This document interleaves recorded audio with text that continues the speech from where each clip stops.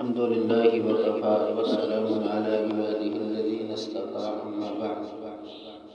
فأعوذ بالله من الشيطان الرجيم بسم الله الرحمن الرحيم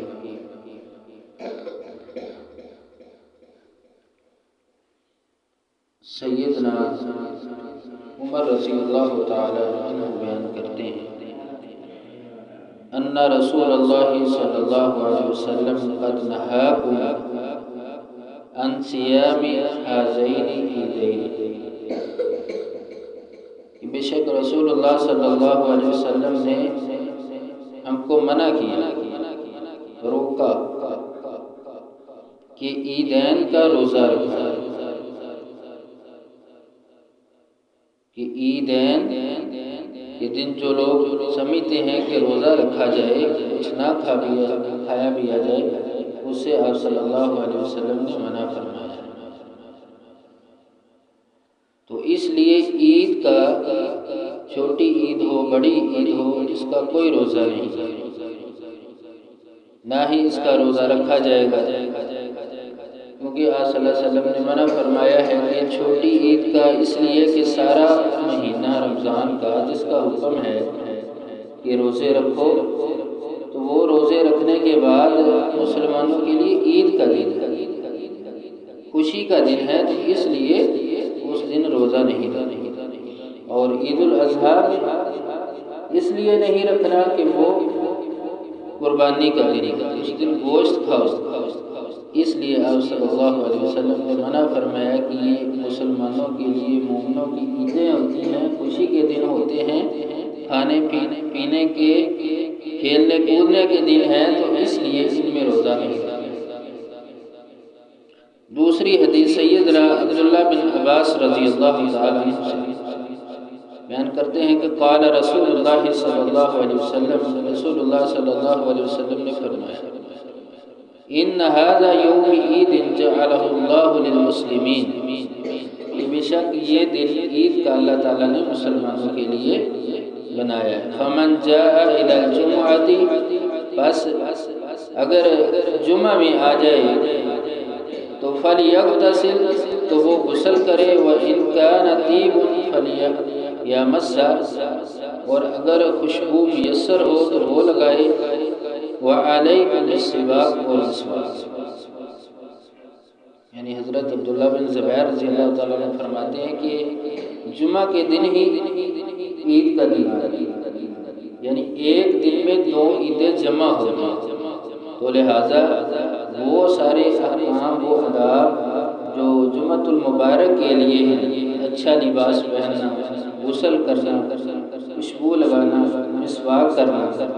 یہ سارے کام عید کے دن بھی کیے جائیں۔ سیدنا عبداللہ بن عباس رضی اللہ تعالیٰ عنہ سے روایت ہے کہ کان رسول اللہ صلی اللہ علیہ وسلم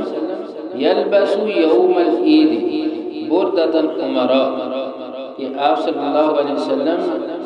عید کے دن سرخ دھاریوں والی چادر پہنا کرتے، تو اچھا لباس پہننا یہ مستحب عمل ہے، پسندیدہ کام ہے رسول اللہ صلی اللہ علیہ وسلم کا عید کے دن، کہ اچھا لباس پہنا جائے، خوشبو لگائی جائے، مسواک کی جائے، اسی طرح غسل کیا جائے۔ اور جب آپ صلی اللہ علیہ وسلم عید کی نماز کے لیے نکلتے تو پھر آپ کا کیا عمل ہوتا تھا؟ سیدنا انس بن مالک رضی اللہ تعالی عنہ بیان کرتے ہیں کان رسول اللہ صلی اللہ علیہ وسلم لا یقو یوم الفطر، کہ آپ صلی اللہ علیہ وسلم عید الفطر کے لیے نہیں نکلتے تھے اپنے گھر سے، یہاں تک کہ یأکل تمرات، کہ آپ کھجوریں کھا لیں، وَيَأْكُلُهُنَّ وِتْرًا، اور کھجوریں کھایا رہتے ہیں، یعنی عید الفطر کے دن، چھوٹی عید جسے کہا جاتا ہے، آپ صلی اللہ علیہ وسلم نماز کے لیے نکلتے تو اپنے گھر سے آپ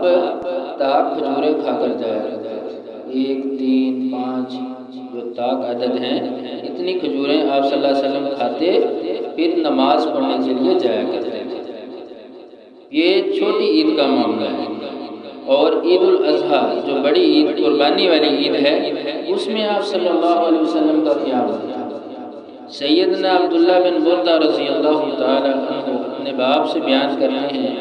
کہ کان النبی صلی اللہ علیہ وسلم لا یخرج یوم الفطر، کہ آپ صلی اللہ علیہ وسلم عید الفطر کے دن نہیں نکلتے تھے حتی یطعم، یہاں تک کہ کھا لیتے، ولا یطعم، اور یوم الاضحیٰ حتی یصلی، اور عید الاضحیٰ کے دن کچھ نہیں کھاتے تھے یہاں تک کہ نماز پڑھے۔ یعنی عید الاضحیٰ کے دن رسول اللہ صلی اللہ علیہ وسلم نماز پڑھنے کے بعد قربانی کا گوشت کھایا کرتے ہیں۔ یہ آپ صلی اللہ علیہ وسلم کا عمل تھا، یہ سنت ہے۔ اور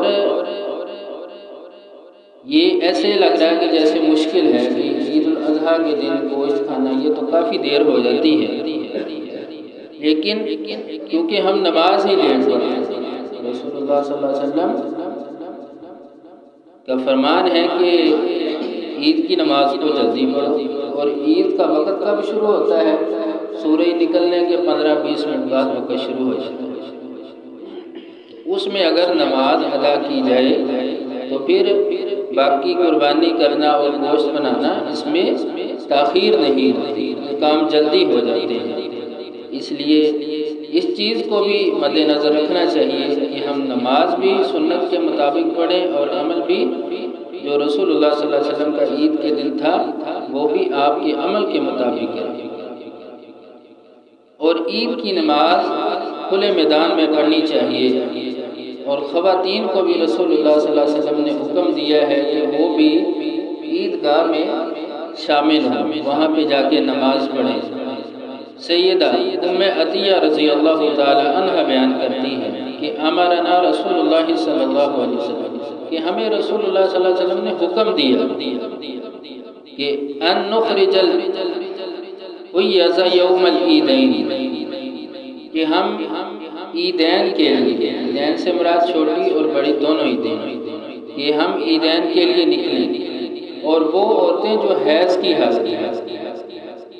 حالت میں، جب عورت اپنے خاص ایام میں ہوتی ہے تو اس کو تو عبادات کی چھٹی ہے، نہ وہ روزہ رکھے گی، نماز پڑھے گی، لیکن پھر بھی رسول اللہ صلی اللہ علیہ وسلم نے حکم دیا کہ حیض والی عورتیں بھی نکلیں۔ وذوات الخدور، اور پردہ نشین کنواری لڑکیاں وہ بھی نماز کے لیے نکلیں۔ فیشہد جماعت المسلمین، اور مسلمانوں کی جماعت میں شامل ہوں۔ ہاں، کہ جو عورتیں اپنے خاص ایام کے اندر ہیں وہ ان سے الگ ہو کر بیٹھ جائیں۔ وَدَعْوَتَهُمْ وَتَعْتَزِلُ الْحُيَّزُ عَنْ مُصَلَّاهُنَّ، یعنی جہاں پہ نماز پڑھنی ہے اس سے الگ ہو کے بیٹھ جائیں۔ وَدَعْوَتَهُمْ، اور دعا کے اندر شریک ہیں۔ دیکھیں رسول اللہ صلی اللہ علیہ وسلم کی کتنی تاکید ہے ان عورتوں کے لیے بھی جو اپنے خاص ایام میں ہیں، اور جن کا پردے کا زیادہ مسئلہ ہوتا ہے ان کے لیے، کہ وہ عیدگاہ میں ضرور جائیں، جو عبادت اپنے خاص ایام میں ہے وہ دعا کے اندر شامل ہو جائے اور باقی نماز پڑھیں۔ ایک عورت نے رسول اللہ صلی اللہ علیہ وسلم سے جب آپ نے حکم دیا تو اس نے کہا اللہ کے نبی ہمارے پاس تو چادر نہیں ہوتی کہ جو ہم لے کر جائیں۔ آپ نے فرمایا کہ اپنی سہیلی کی چادر اوڑھ لیا، یعنی اس کے ساتھ شیئر کر لیا کرو، جو چادر اس نے لی ہے اس سے تھوڑا حصہ آپ لے لیا کرو اور عیدگاہ میں جایا کرو۔ تو اس حدیث سے پتہ چلتا ہے کہ رسول اللہ صلی اللہ علیہ وسلم کی اتنی تاکید ہے کہ عورتیں بھی عیدگاہ کے اندر جا کر نماز پڑھیں۔ جو لوگ یہ بات کہتے ہیں کہ نہیں خواتین وہاں پہ نہیں جائیں گی، تو ان کی یہ بات رسول اللہ صلی اللہ علیہ وسلم کے حکم کے خلاف ہے۔ جب آپ صلی اللہ علیہ وسلم عید کی نماز کے لیے نکلتے تو عبداللہ بن عمر رضی اللہ تعالی عنہما بیان کرتے ہیں کہ ان النبی صلی اللہ علیہ وسلم کان یخرج الی العید، جب آپ عید کی نماز کے لیے نکلتے ماشیا تو آپ پیدل جاتے، وَيَرْجِعُ مَاشِيًا، اور جب واپس لوٹتے نماز پڑھنے کے بعد تو پھر بھی پیدل واپس آتے۔ تو یہ بھی رسول اللہ صلی اللہ علیہ وسلم کی سنت ہے کہ عید کے لیے نکلا جائے، بندہ عید گاہ میں پیدل جائے اور پیدل ہی گھر دوبارہ واپس آئے۔ اللہ تعالیٰ ہمیں ان حدیث پر عمل کرنے کی توفیق دے۔ وآخر دعوانا